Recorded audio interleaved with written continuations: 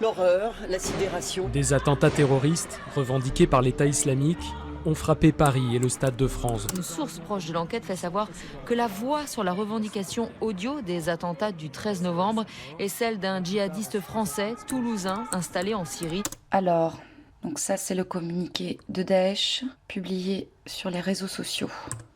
Avance, avance, avance, avance, sans jamais reculer, jamais capituler. Avance, avance, avance, avance, guerrier invaincu, l'épée à la main tu les. Communiqué sur l'attaque bénie de Paris contre la France croisée. Un groupe de croyants des soldats du califat, qu'Allah lui donne la puissance et victoire, a pris pour cible la capitale des abominations et de la perversion, celle qui porte la bannière de la croix en Europe, Paris. Au nom d'Allah, Fabien Klein, 37 ans, converti à l'islam, c'est l'homme qui a revendiqué dans un message audio les attentats de Paris. Et la voix qui chante est celle de Jean-Michel, son frère cadet. Fait les saigner même dans leurs habitations, n'aie peur de rien, fonce tout droit vers le... Salam alaikum. 8 frères, portant des ceintures d'explosifs. C'est ce que je dis. C'est malheureux, c'est malheureux. Des endroits choisis, minutieusement à l'avance au cœur de la capitale française, le Stade de France. Oui, j'identifie Klein Fabien et Klein Jean-Michel, tous les deux. C'est un ami d'enfance, quoi. Enfin, enfance, on peut pas dire enfance, mais je le connais depuis 99, quand il est arrivé sur Toulouse, quoi. Enfin, il est né sur Toulouse. Je l'ai connu par l'intermédiaire de notre frère et il était la cause de 80 convertis, machallah. Je me rappelle, ouais, il est très fort, machallah. C'est bizarre parce que Fabien Klein et Jean-Michel Klein, ils sont tous les deux enregistrés sur Copains d'avant. Et donc ils ont laissé leur page. Voilà, là on arrive sur la page de Copains d'avant de Fabien Klein. 3 enfants, mariés, profession libraire, vie à Toulouse, Égypte. Alors ça c'est bizarre, 30 janvier 1978, c'est la date de naissance, 37 ans. Ça c'est Fabien Klein, ouais.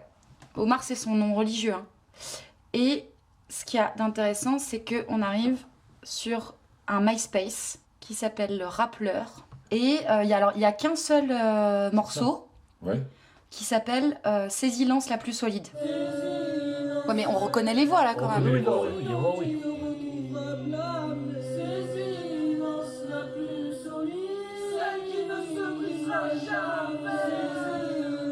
Ça dure hyper longtemps hein, en plus. 6 minutes 19. Et je crois que là ça s'enflamme. Yeah, Afri, il faut qu'on comprenne que beaucoup prennent la religion pour amusement. Yeah, Ourti, il faut qu'on se reprenne et qu'on leur apprenne qui sont les musulmans. Yeah, Afri, il faut qu'on comprenne que beaucoup prennent la religion pour amusement. Yeah, Ourti, il faut qu'on se reprenne et qu'on leur apprenne qui sont les... Fabien Klein, c'était quelqu'un qui était assez fort de taille et grand, mais à la fois qui était assez doux dans la parole. C'est-à-dire qu'il captivait vraiment les gens. Il était très éloquent en fait quand il parlait. Et qui était au-dessus des autres, qui était vraiment, vous voyez que c'était un peu un leader, quoi. Ouais, bon, j'habite à Toulouse et je suis né ici. Et je suis converti à l'islam depuis un bon nombre d'années.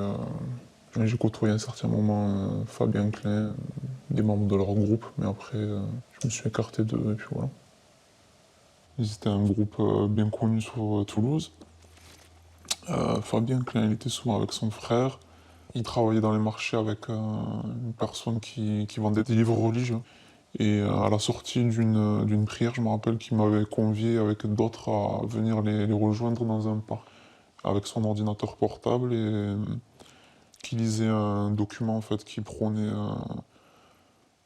à la guerre et tout ça, mais j'ai pas, en fait, comme c'était mes débuts, j'ai même pas trop capté en fait ce qu'il disait en fait. Mais bon, je comprenais que c'était un peu l'appel à tout ça, au rejet de la société, au rejet de toutes les valeurs que prône la France, c'est-à-dire tout ce qui est démocratie et tout ça, qu'il fallait le combattre, qu'il fallait ne pas être en accord avec eux. Voilà, c'était ces idées-là qui ressortaient. Ils avançaient à découvert, on va dire. Ils se cachaient pas, hein. Ils disaient haut et fort ce qu'ils pensaient. Voilà, trop de haine en fait. De la haine envers les non-musulmans, pas de miséricorde, rien.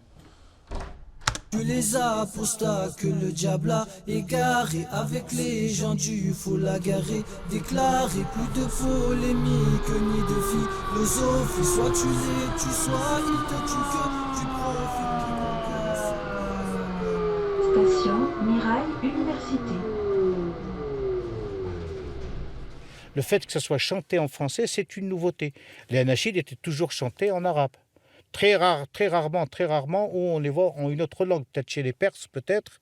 Alors, anachid, au départ, c'est des chansons qui chantent l'islam, qui chantent le prophète, qui chantent tout ce qui est religieux. La musique est interdite en islam, tout dépend des écoles. Comment on repart sur le truc? Appuie sur le gros bouton en bas et tu appuies sur play. Je m'appelle Malik, je suis doctorant à l'université de Toulouse, Jean Jaurès, et je travaille surtout sur les dissidences et controverses musulmanes. On peut chaque fois arrêter. Ah, il faut arrêter juste là. Quand j'ai entendu le communiqué, pour moi, c'était un communiqué qui était écrit par un arabe. C'est les références qu'il a, c'est tout ce qu'il dit dans son truc. Paris a tremblé sous leurs pieds, ces rues sont devenues étroites pour eux. Les rues sont devenues étroites. C'est une allocution qu'on retrouve beaucoup plus chez les Arabes que chez les Français.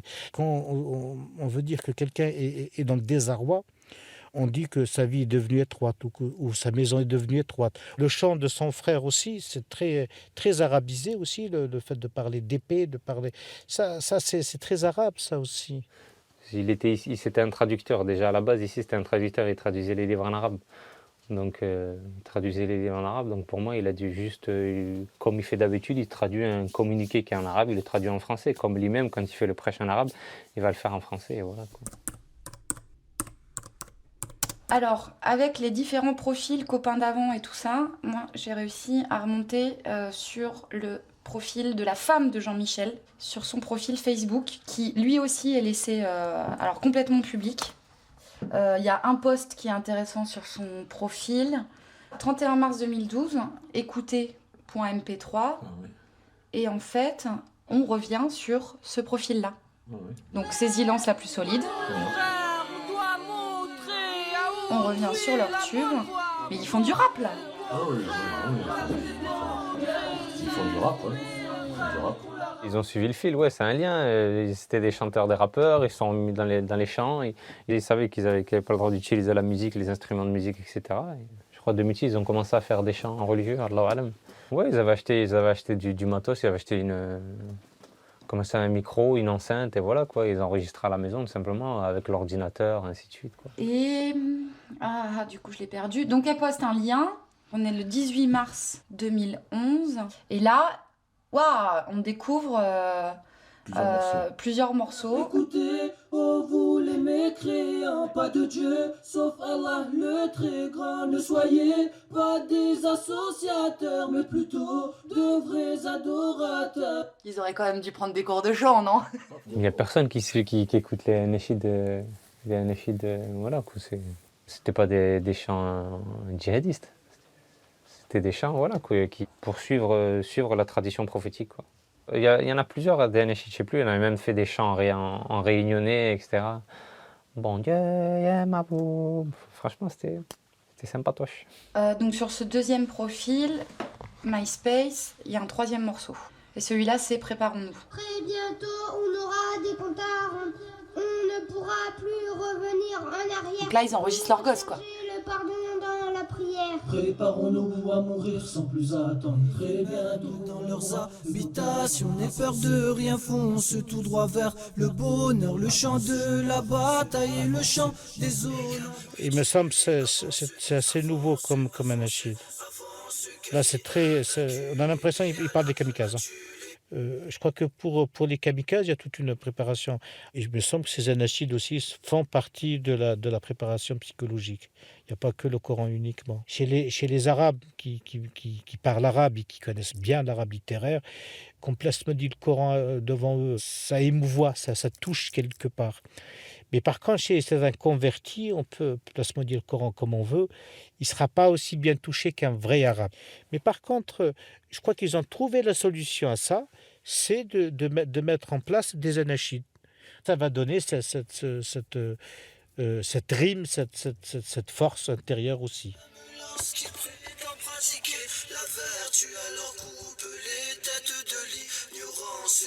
Couper les têtes, ça veut dire qu'ils ne feront jamais de prisonniers. Il y a une partie qui désigne les décideurs, il y a une partie qui désigne les soldats étrangers, donc croisés entre guillemets, qui iraient là-bas. Il y a une partie qui désigne ceux qui sont musulmans et qui sont contre l'État islamique, qu'ils soient de là-bas ou qu'ils soient d'ici. Donc chacun en a pour son grade. Donc moi je ne considère pas ça comme un anachid, mais je considère ça comme étant un message à tout le monde. Donc ils le font en chanson, certes, mais je crois que c'est pour dire quel sort est réservé à chacun. La famille Klein, c'était des rappeurs qui étaient connus dans le rap. Ils prenaient la parole de Dieu, quoi. Ils prenaient la Bible, etc., quoi, avant de se convertir à l'islam. Ouais, c'est des fervents chrétiens qui chantaient des textes bibliques, quoi. Ouais, ils connaissaient tout, quoi. C'était un fervent chrétien qui portait la grosse croix. Sa mère donnait des cours de catéchisme. Et quand il a vu que dans la Bible, il y avait des petits trucs, genre par rapport au fait de le porc ou le fait de la circoncision. Et donc voilà, il s'est converti à l'islam. Et donc je sais pas, moi j'ai essayé, tu vois, Klein, rap, chrétien, tu vois, mais il n'y a rien là. De toute façon, ils ont dû effacer toute trace, tu vois, parce que les mecs qui se convertissent, ce qu'ils font, c'est haram, tu vois, c'est interdit. Tu vois, ça c'est un site de rap chrétien, je pense pas qu'on va les trouver là-dessus, quoi.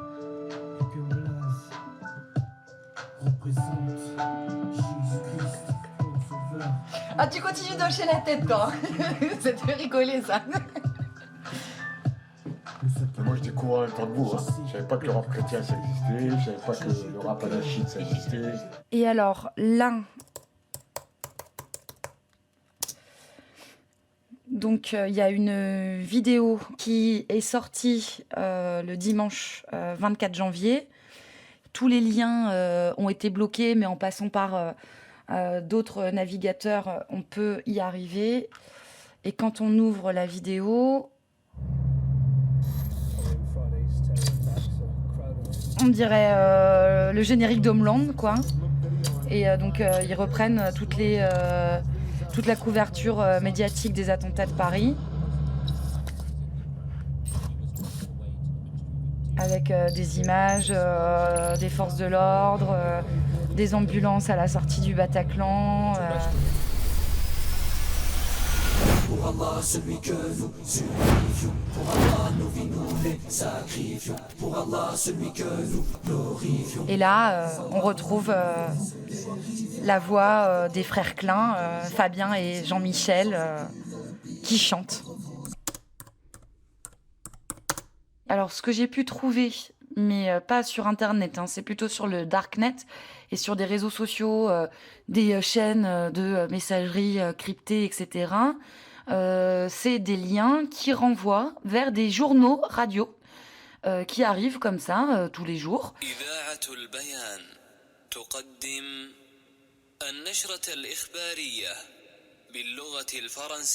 Donc c'est vraiment des news à la sauce djihad, quoi, qui sont enregistrés par Fabien Klein. Chers auditeurs, nous vous présentons le bulletin d'information de l'État islamique pour le dimanche 18 du mois de Muharram de l'année 1437 de l'Hégire. Nous commençons ce bulletin par les titres les plus importants. C'est la voix de Fabien. Les soldats du califat continuent leur avancée sur la route de ravitaillement de l'armée nussayrite Fabien Klein. vers la ville d'Alep. Ouais, je reconnais ça. Ouais. Il a un bon poste. Il travaille dans la communication. Il n'est pas sur le front, peut-être. Victimes de propagande, nous le sommes tous plus ou moins, à cause de tout ce qui se raconte. Victimes de propagande. Musique, documentaire, reportage. En fait, ils reprennent tout.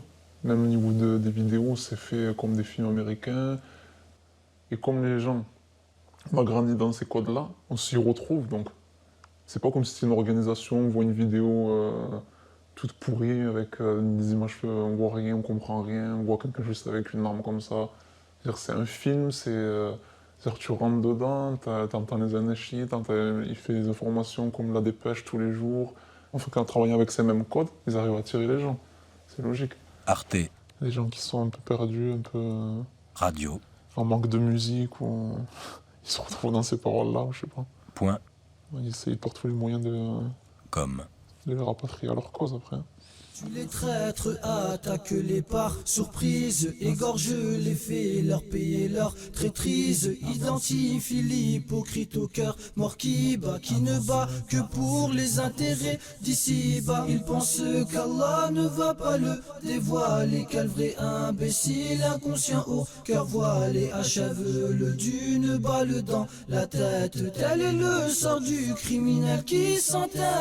Avance, avance, avance, avance sans jamais reculer, jamais capituler. Avance, avance, avance, avance, guerrier invaincu, l'épée à la main, tu l'es.